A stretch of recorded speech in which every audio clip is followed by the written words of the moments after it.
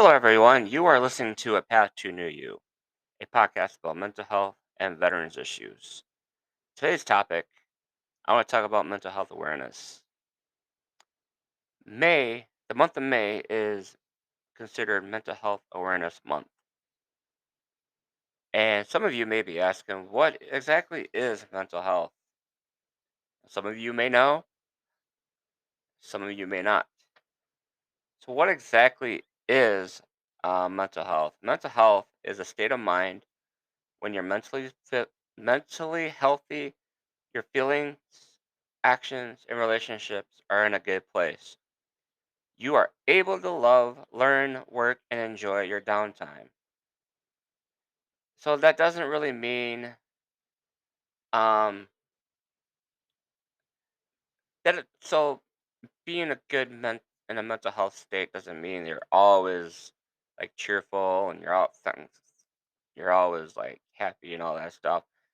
You can still have a good mental health, but still have stress and sadness and all those emotions. But when you're when you're mentally healthy, you are able to cope with the ups and downs of life, and adapting to change comes easier as well. There are different things you can do, different habits you can do to support good mental health. One of them is being active. Movement is good for the mind and body. Exercising, whether you're running, jogging, walking the dog, or anything like that, just being active definitely helps. Eating healthy as well. Um, getting enough sleep. The average American gets probably about 6 hours of sleep. It's been told that 8 hours is what you're supposed to get, but most of us adults maybe get 5 to 6, just depending. Limit your screen time, whether limit your time watching TV, on the phone, on your computer, taking breaks every now and then. Just that definitely helps. Making time for mindfulness, meditation, muscle relaxation, breathing exercises, just being in the moment, um, definitely helps. Focus on your relationships, whether it's family, friends, or loved ones. And yeah, there's a few more I can add on too. But again, I only have so much time with this podcast, this episode. I don't want to bore you guys to death with all this talking. So that's exactly what mental health is and the kind of habits that support good mental health. So let's talk about some statistics. Some statistics that I found from the Mental Health in America 2023. They did a survey. Some of these interesting facts are really interesting. Um, like I said, this survey was done in 2023, um, and all that good stuff. So I find a lot of these references and articles and stuff on the internet. So you can pretty much find all this stuff on the internet too, if you really want to go deep down and find a lot more information. Some of the takeaways for the study they did: 21% of adults are experiencing at least one mental illness. That's roughly about 50 million people. 55% of adults with a mental illness have not received any treatment. Uh, let me rem- Let me say that again. 55% of adults with a mental illness have not received any treatment. 5.44% of adults experience severe mental illness. Over 12.1 million adults, that's 4.8%, have reported serious thoughts of suicide. This figure more than doubles when surveying adults who identify as two or more races. So biracial and all that stuff. So that doubles with those who are like biracial. The states bearing the poorest include Kansas, Arizona, and Oregon, which all report high percentages of adults with mental illnesses and thoughts of suicide. The prevalence of mental illness is definitely increasing. It's increasing since the pandemic in 2020. and parts of 2021 when we were all isolated. So that's when the mental health illness and stuff increased the most. While it's difficult to compare numbers from the 2023 survey to previous years, researchers are in agreement that Americans from all walks of life reported increased distress and mental health concerns during the pandemic. I just mentioned that. So, yeah, the mental illness is increasing. There's a few things I want to talk about as well. Untreated substance use disorders. In the absence of care, many people turn to substances like alcohol and drugs as coping mechanisms if they could not or would not access treatment. In this survey, almost 11% of adults reported alcohol abuse, while 6.8% reported abusing illicit drugs. Of this combined number, less than 7% are seeking treatment for their substance use disorder. So, with all those who've done the survey, they said 7% are seeking treatment for the substance use disorder. So again, you're using substances such as alcohol and illicit drugs to treat so-called quote unquote treat your mental illness. That could become an addiction, or if you use it a long period of time. So then that would create two situations, the two things that the therapist would have to work with. One is your substance use, the other is your mental health. So that's two things instead of one. So at first, it may seem that you're treating it with the alcohol and all that. You may feel a little bit better, but eventually it'll catch on, and then you'll have an addiction, and then you'll also have your mental health issues. There are many factors that contribute to the rise of untreated substance use disorders. These include interruptions in harm reduction programs, isolation, worsening economic conditions, or growing mental health concerns. Another factor is the difficulty in accessing care. So, again, you have those who are using alcohol and drugs to treat because they're having difficulty and can't access care. One of the most concerning findings from the survey was that while more people are reporting mental health concerns, only 20% were able to find the care they needed. Some of the most common barriers to finding and getting mental health care services include no affordable options, reported by 42% of the people who did the survey. Lack of awareness about where to go for services, according to 27% of the people who did the survey. And then no time to get treatment, cited by 19% of respondents. So no time to get treatment. Everybody's so busy these days. It's like, when am I going to have time to fit in treatment? That's where the virtual treatment comes in, where a lot of therapists now and even mental health practitioners and doctors are using like Zoom or another version of virtual care. So those patients or clients don't have to leave their home. They can actually go to the computer, log in, and then talk to someone via virtually. So that's become more popular since the pandemic. Nationally, that leaves more than 14 million individuals who recognize that they need help but cannot find the right behavioral health care provider or agency. So let's go back to the affordable options too. If you don't have insurance, uh, your the mental health care and seeing a doctor or a psychologist or a mental health clinician, that can be really expensive. I'd say here in Madison, someone with my experience of 15 years in the field, they charge about 200. If you don't have insurance, they'll charge you $250 a session at least, or they'll hand you off to an intern. Who An intern is someone who's still in school, and you'll work with them. However, they don't have the type of experience, but then you'll pay about $40. But then you won't get what you will get with someone who's got experience. Um, So yeah. So that's around here in Madison. I don't know anywhere else, but in Madison it can be expensive.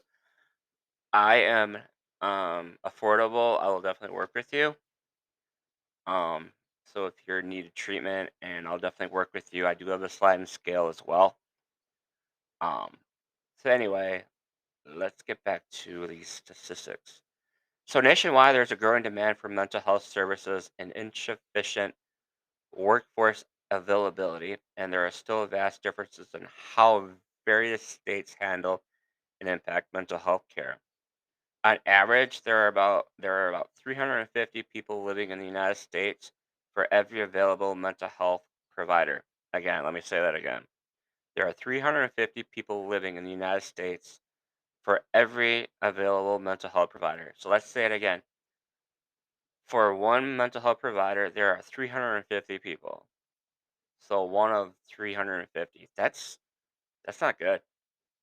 In states like Massachusetts and Alaska, there is one mental health provider for every 140 to 160 citizens. But in states like West Virginia, Texas, and Alabama, the same clinician may be expected to serve between 670 to 850 individuals. The areas with low workforce availability also tend to have the highest number of mentally unhealthy adults who cannot afford to see a doctor. That is really interesting. I did not know that, but from this study in 2023, just recently, um, yeah. So there is a shortage of mental health providers, and I guess you can say there's kind of a reason behind that. One of the reasons is, for one, someone like myself, you need a master's degree, and that costs money, of course. I've used financial aid for it. And then once you graduate your master's degree, in order to be a therapist, you do need a license. Um, and there's a process to get it, and that costs money. And then you need like 3,000 hours of um, supervision. So that could cost money too, unless you work at a nonprofit. If you work at a nonprofit, you can get your hours through them. However, your pay is going to be pretty low. For example, for me, when I was getting my hours, and I was getting paid about 16 to $18 an hour, and I was actually I had a huge caseload too. I was seeing I was seeing too many clients weekly. It was to the point where it was almost hard to keep track of everything going on. Yeah, you take your notes and all that, but it's difficult. It is extremely difficult, and then you're not getting paid that much as well. And so yeah, so then once you get your 3,000 hours, you take a test, and then when you get a test, you pass it, then you become fully licensed, and then that's where you can, become billable for insurance, and then you go on for your own private practice, where a lot of people actually do these days. I started my practice once I graduated with my master's degree and got um my training license for those 3,000 hours. So I was trying to build my clientele, build it up while I was trying to get my hours as well. So if you were to get your own private practice, you would have to find someone for supervision as well, and that person would have to have a master's degree and a license and be fully licensed for 5 years. And if you found someone to do your supervision, they would charge anywhere between 150 to $300 per week when you see them once a week. So that's expensive as well. So once, for example, someone looked into all that and they found out they had to do all that stuff, a lot of them just wouldn't do it. So yeah, there's reasons behind that. Anyway, let's take a break real quick, and coming back, we'll continue more about this mental health awareness. I want to talk about burnout, workplace burnout, and what exactly a mental health day is and why you should take it. And then there's a few other things, tips and stuff too, I want to talk that I have that might help you with your mental health well-being. Anyway, you are listening to A Path to New You. We'll be back in a few minutes. Welcome back. You are listening to A Path to New You, a podcast about mental health and veterans issues. So, like I mentioned today, May is Mental Health Awareness Month, and today's episode, I want to talk about mental health awareness. I want to talk about facts and some tips and other stuff about how to help maintain your mental health well-being. And a lot of these statistics I found are really interesting. I just wanted to point out and whatnot. Um, anyway, let's continue going. So I found this article on American Psychological Association talking about employers need to focus on workplace burnout, and here's why. It's an interesting article, and talks about what workplace burnout is.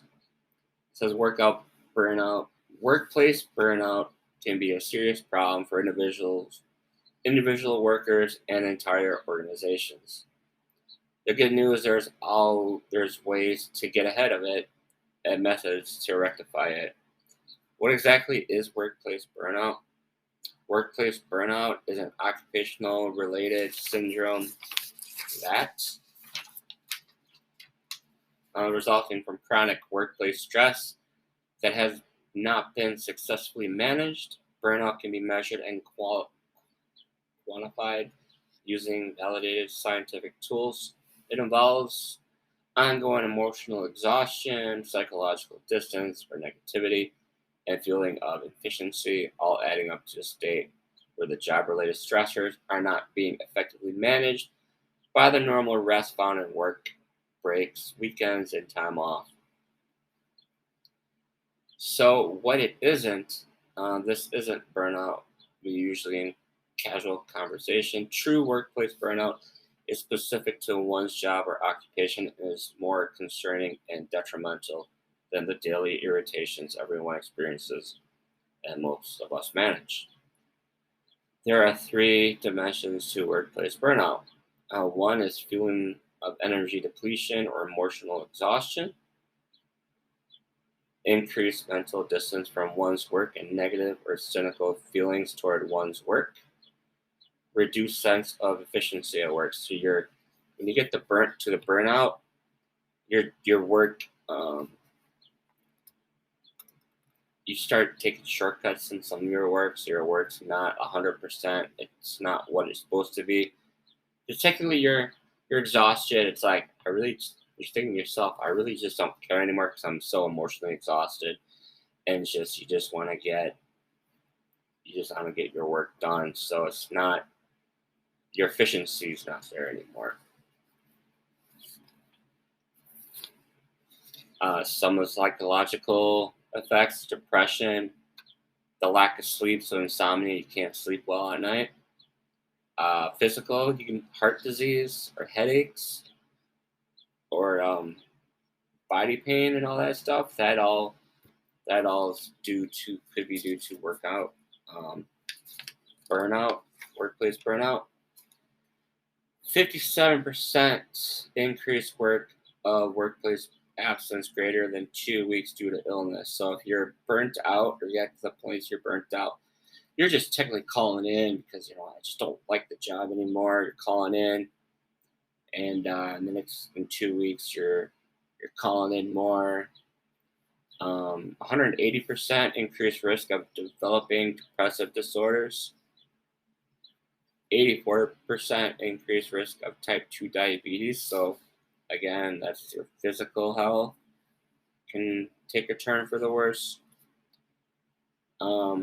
Additionally, workplace burnout may impair short-term memory, attention, and other cognitive processes essential for daily work activities. And there are some things you can do to prevent this. What employers can do, there's things employers can do. They can check in with their employees, see how they're doing, keep track of the workloads, make sure their employees are doing okay. See if their workload's too much, maybe just take some of that workload off of them. Also encourage to take time off. I know most employers you get 2 weeks, some only a week, others 2 weeks, 3 weeks, depending. Just make sure you take some time off. Employees can prioritize self care, including caring for both physical and emotional well being. Set appropriate boundaries, including giving themselves permission to truly unplug from work for reasonable periods of time. Prioritize social relationships, healthy relationships with coworkers, friends, and family can help buffer workplace stressors. What I do, um, which for me took a lot of practice, was not taking work home with me. Once I was done with work, I'm done. I don't talk about work when I'm not at work. Um, so yeah, once my shift was done, I got out of there and I got in my car and I would listen to my music on the way home. And then I was distressed from it. I'd go home. If I haven't worked out already, I'd work out and just take your mind off work. Um, what I'm doing right now, since I'm seeing people virtually, once I see my last client, I do my progress notes, and then I would shut the computer off, and then I would walk away from the computer, and then I would go out of my office. I do have an office here, and I get out of my office and I would watch TV. 'Cause usually I work out in the mornings, so after I'm done with my clients, I just work is no. Once I'm done with my client and done with my notes, I don't even think about work. So that's helped me quite a bit too. So yeah, those are just some of the few things you can do. Employers too. Employers, make sure if you're listening to this, make sure your employees are doing okay. Check in with them a couple times a week, making sure things are okay. Another thing that's become really popular is taking what's called a mental health day. Since the pandemic, some employers um, are giving out mental health days. Some of them are like mandatory mental health days, where you have to take a day out just for yourself. So, what exactly is a mental health day? Mental health day is a day where um, a mental health day is like a personal day. It's where you just take care of you. You don't do any work. You don't do any laundry or anything like that. Unless you really like doing laundry or cleaning and it's like therapeutic for you, then go ahead and do it. But a mental health day is a day for you, whether it's getting a massage or just sitting down, laying down on the couch, watching TV, watching your favorite show or whatnot. That's what a mental health day. And it is taking a mental health day for yourself is crucial to maintaining your overall health and well-being, both in and outside the workplace.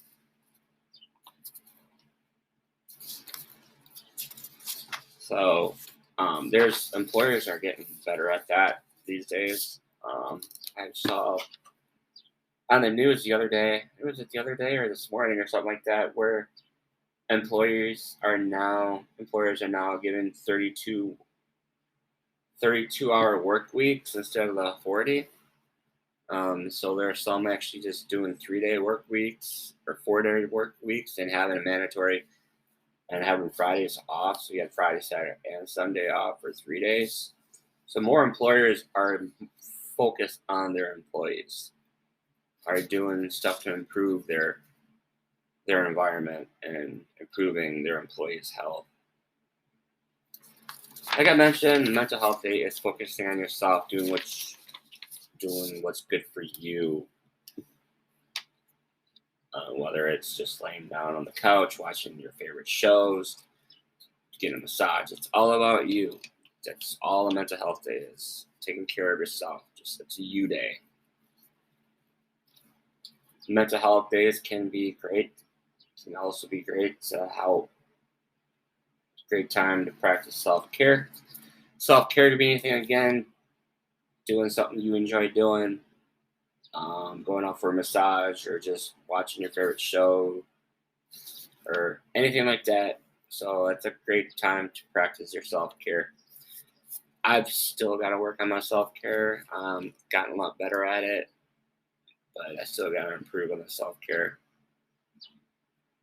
Spending your mental health day doing things you know are beneficial to your mental health and physical health. So make sure if you do take a mental health day from work, make sure you're doing things you know that are beneficial to your mental health and physical health. So anything that would help your mental and physical health is what a mental health day is.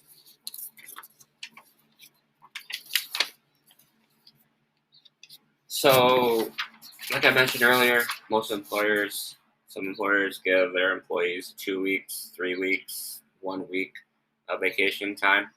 I actually found something really interesting. And I mentioned this before. I think there's on one of my radio shows I did, um, where how to get 46 days off using 18 days of paid time off for 2023. I know January already passed, April already passed, but there's like in January, for example, if you took Thursday and Friday before MLK Day off, you'll get 5 consecutive days off. In April, if you took 4 days before Good Friday off, you'll have a 10-day break. In July coming up, if you take the Monday before July 4th, this year July 4th is on a Tuesday. So if you took Monday off, you would have Saturday, Sunday, Monday, and Tuesday off because Tuesday is the 4th. So you would get 4 days, a 4-day break, and you would only be using one day of paid time off. In November, if you take 5 days after Veterans Day and 3 days before Thanksgiving, you'll get 17 consecutive days off. Now, I'm not looking at a calendar right now, but if I looked at a calendar, I know Veterans Day is always November 11th. So if you take 5 days after Veterans Day, so you take the 12th, 13th through the 16th off, and 3 days before Thanksgiving, you get 17 consecutive days off. That's if you don't work weekends, you would get 17 days off. So if you looked at a calendar and you figured that out, you would get 2 weeks and 3 days off, and you would be only using 8 days of paid time off. And then again in December, if you took 4 days between Christmas and New Year's off, you'd have 10 consecutive days off. Because I know most places have Christmas and New Year's Day off. Some have New Year's Eve, also have Christmas Eve off. But if you take 4 days between Christmas and New Year's off, you'd have 10 consecutive days. So there's a way to work around it. Also, if you took a Friday off, you'd have a 3-day weekend. If you took a Friday and a Monday off, you'd have a 4-day weekend. So there's ways to have consecutive days off with only using a few days of your paid time off. So use that to your advantage. Of course, you probably have to get all this stuff put in, requesting before, like during the beginning of the year. That way, you're able to get it off. Because if everybody's taking that off, there's a chance you may not get those days off. But yeah, I found it really interesting.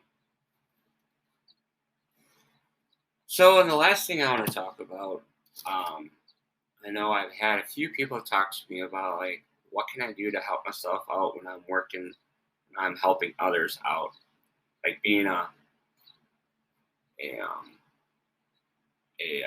what's it called, a care provider. If you're taking care of someone else, and you also have to take care of yourself, what can I do to make sure I'm taking care of myself while being responsible for taking care of others? I guess that's what I'm trying to get at.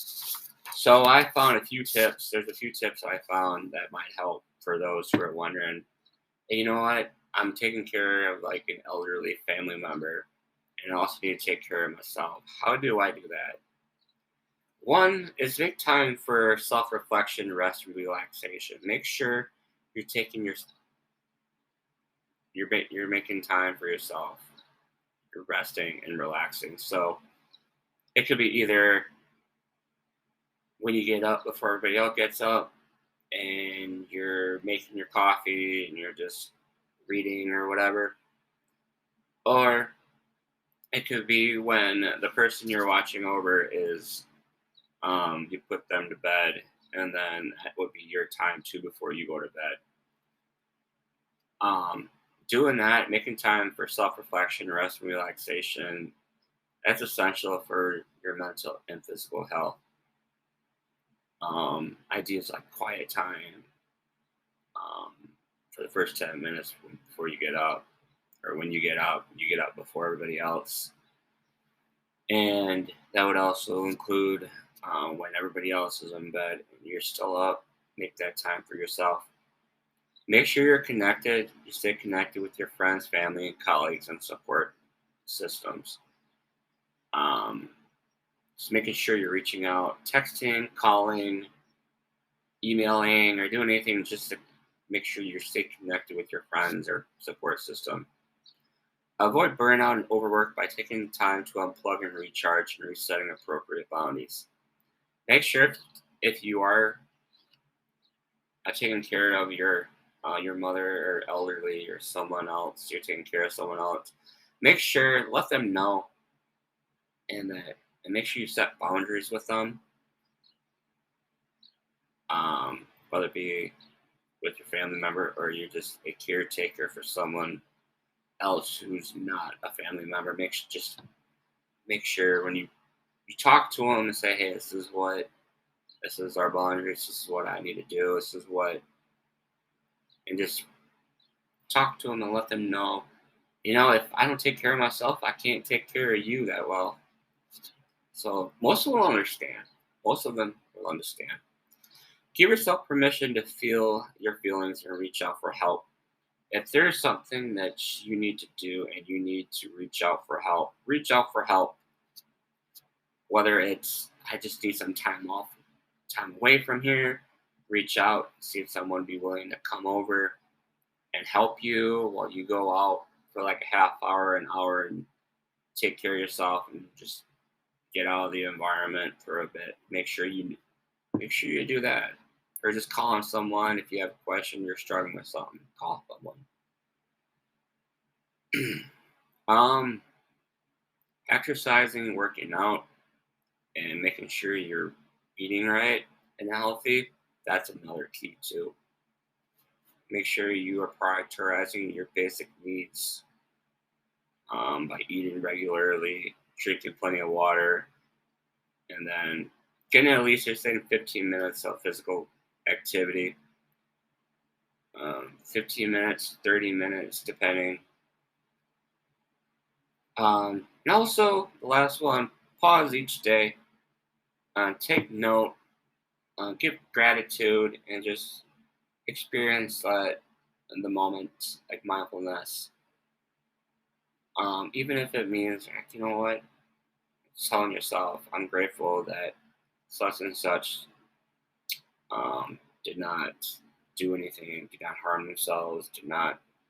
Just make sure you're grateful for the moment or grateful for what you have. Just take time out and time for yourself each day. Could be a minute or two. Say, you know what, I'm struggling right now, but you know what, I got a good support system and all that good stuff. I got a roof over my head and whatnot.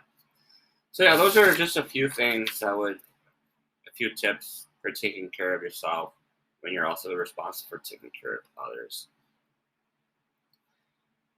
Sorry for talking a whole lot. I haven't done an episode and it's been over a month. Hopefully my goal is to do at least one a week, if not one every other week. But with stuff going on, personal issues, work and all that stuff, it's been difficult for me to do my podcast. So I'm hoping to continue doing them throughout. I plan on it just hopefully once a week or every other week I'll do one.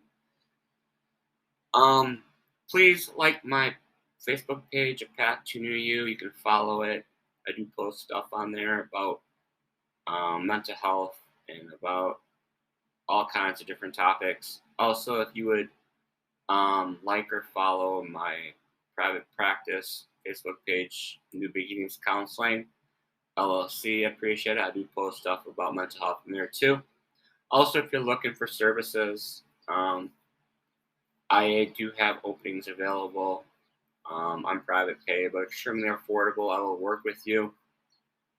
You can contact me through my Facebook page, New Beginnings Counseling. You can message me there or contact me, call me, or text me at 608 571 3896, and just let me know what's going on, what you're looking for. I am seeing people virtually right now.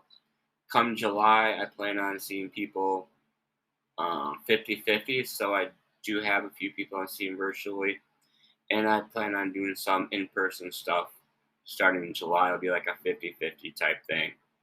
Anyway, I hope you enjoyed this episode. I hope you learned a few things about mental health awareness, and maybe got some tips about how to help yourself and improve your well-being. If you have any questions, please reach out too. If you know anyone who would like to be a guest on my show, I am looking for guests, and you can contact me through Path to New You's Facebook page as well. Anyway, I hope everyone has a good rest of the day and be well. You were listening to A Path to New You.